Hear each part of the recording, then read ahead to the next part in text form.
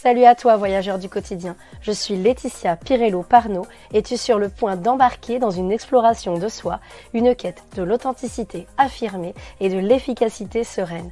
Ici, on ne fait pas que rêver grand, on donne vie à ses rêves, alors installe-toi, respire tranquillement et plongeons ensemble dans le podcast du jour. Bienvenue à bord, architecte du temps. Si c'est la première fois que tu nous rejoins sur ce podcast, je te souhaite la bienvenue. Allez, on commence. Si tu te sens parfois submergé par le tic-tac incessant de l'horloge, tu es au bon endroit. Aujourd'hui, nous allons naviguer à travers les méandres de la gestion du temps, cette ressource plus précieuse que l'or. Es-tu prêt à transformer chaque grain de sable dans ton sablier en un trésor? Embarquons ensemble dans cette aventure. On va voir pour commencer la valeur inestimable du temps. Le temps, une monnaie rare. Pense à Elon Musk qui divise sa journée en tranches de 5 minutes pour optimiser chaque instant. Comme lui, saisis la rareté du temps et utilise-le à bon escient. Après, adapte-le en fonction de ton rythme et de ton fonctionnement. D'accord ? C'est-à-dire que tu peux aussi ne pas être en mode il faut que je saisisse chaque instant non plus, quoi. D'accord ? Chaque instant est précieux, mais en même temps, tu peux avoir des moments off, des moments où tu n'y arrives pas. D'accord ? Voilà. Les conséquences d'un temps, entre guillemets, gaspillé, en réalité, on va voir qu'on peut le voir de plusieurs manières. On va parler de la légende du rock, qui est Freddie Mercury, qui nous a quittés trop tôt, malheureusement, mais qui a su utiliser son temps pour laisser un héritage musical éternel.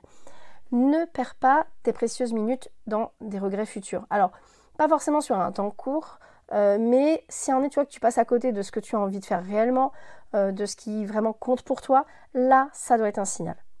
C'est-à-dire qu'à un moment donné, on ne te demande pas d'être une légende du rock forcément, mais au moins de pouvoir vivre la vie vraiment comme tu l'entends, comme tu la souhaites. Après, si voilà, tu ne désires pas, c'est libre à toi.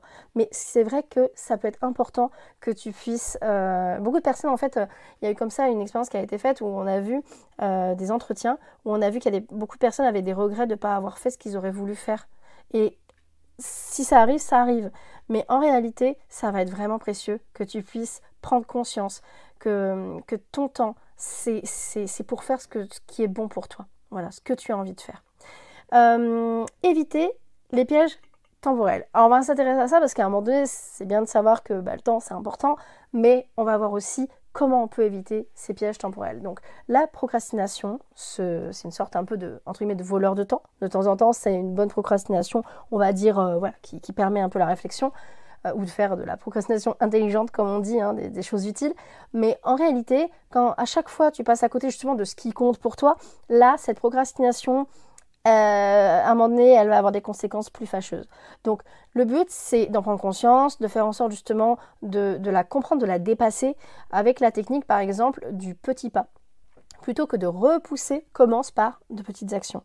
Un voyage de milieu commence toujours par un premier pas. On a aussi la surcharge.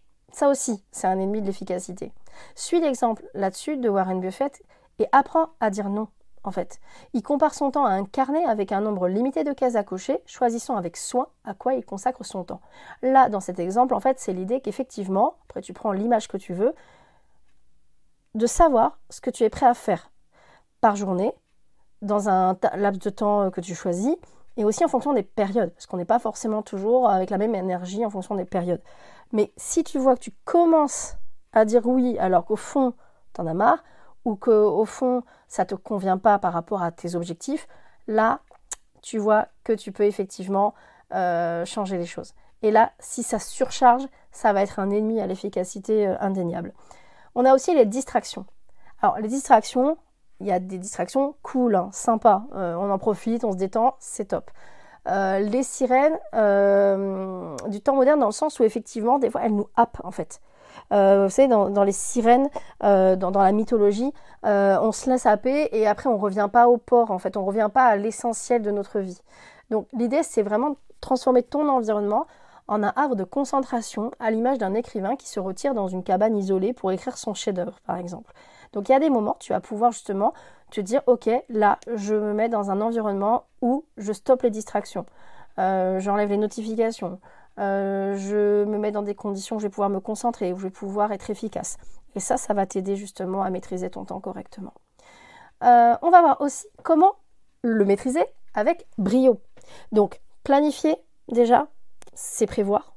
Utilise des outils innovants comme ça peut être les time blocks. Moi, je m'en sers souvent. C'est hyper, c'est hyper productif en fait. Et en même temps, on est concentré pendant un bon moment. Donc, ça va être moins fatigant que de se remettre à chaque fois sur quelque chose. Voilà.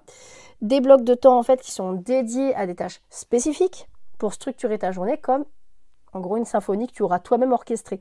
Par exemple, moi, quand j'enregistre des podcasts, généralement, je fais les scripts tous en même temps. Je les enregistre tous en même temps à un autre moment.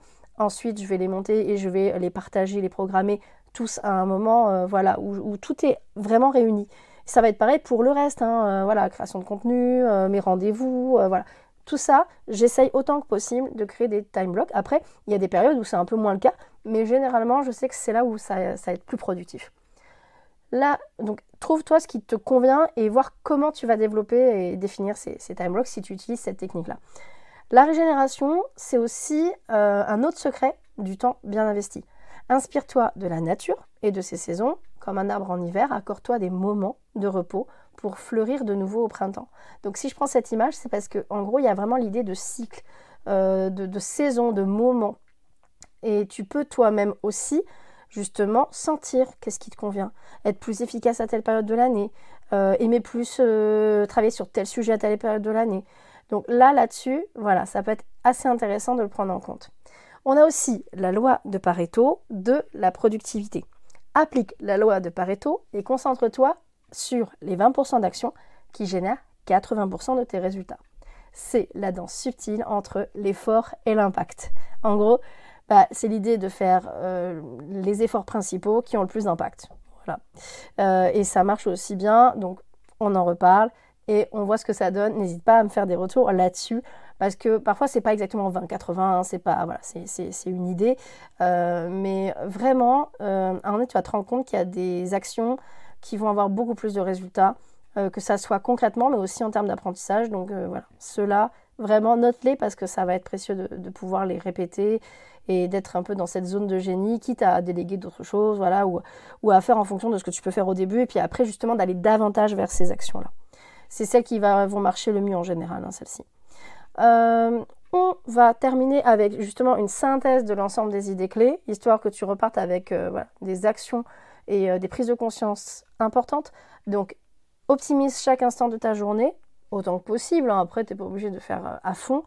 Mais en tout cas, le plus possible pour que ça te soit bénéfique. Utilise ton temps pour créer un héritage et évite justement de te retrouver dans des regrets trop lourds, trop importants. Là-dessus, justement, on accepte ce qui s'est passé, on accepte que des choses ne se soient pas passées comme prévu, mais si aujourd'hui je peux agir dessus et changer les choses, je m'y consacre. Commence par des petites actions pour combattre, justement, pour pas rester dans une procrastination qui est limitante et paralysante.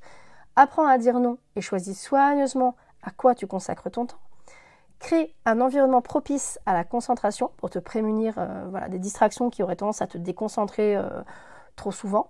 Structure ta journée avec des time blocks pour une gestion optimale de ton temps. Ça marche très très bien. Accorde-toi des moments de repos pour une meilleure productivité à long terme. Essentiel. Ça, c'est la base, je pense. C'est une des bases importantes, la question de l'énergie. Quand tu n'as plus d'énergie, plus de jus, plus compliqué de pouvoir te concentrer et de pouvoir être efficace, clairement. Et enfin, concentre-toi sur les 20% d'actions qui génèrent 80% de tes résultats. Ça, clé fondamentale également. Félicitations, cher architecte du temps, tu es maintenant armé pour transformer chaque moment en une opportunité en or. Souviens-toi, le temps est le tissu de nos vies, à nous de le tisser avec sagesse et passion. Et si tu as apprécié cet épisode, prends un moment pour lui donner 5 étoiles, ça aide énormément à faire découvrir ce contenu au plus grand nombre. Le prochain épisode promet d'être tout aussi passionnant. Trop d'idées, trop peu d'actions, les moyens de changer ça. Nous y découvrirons comment canaliser la créativité débordante que tu peux avoir et comment transformer tout ça en actions concrètes. Alors reste à l'écoute et n'oublie pas de voir grand et rester libre. Voilà, c'est déjà la fin de notre aventure d'aujourd'hui. N'oublie jamais que chaque jour est une nouvelle opportunité pour grandir, pour briller, pour être toi, encore plus assumé, à l'aise dans chaque situation et sereine. J'espère que tu as emmagasiné un peu de magie pour ton quotidien. Alors, garde cette énergie, propage-la autour de toi et surtout, reviens-nous très vite pour un nouveau voyage ensemble. À très bientôt et n'oublie pas, reste audacieuse, reste vraie et surtout, reste toi. À très bientôt pour un nouveau podcast.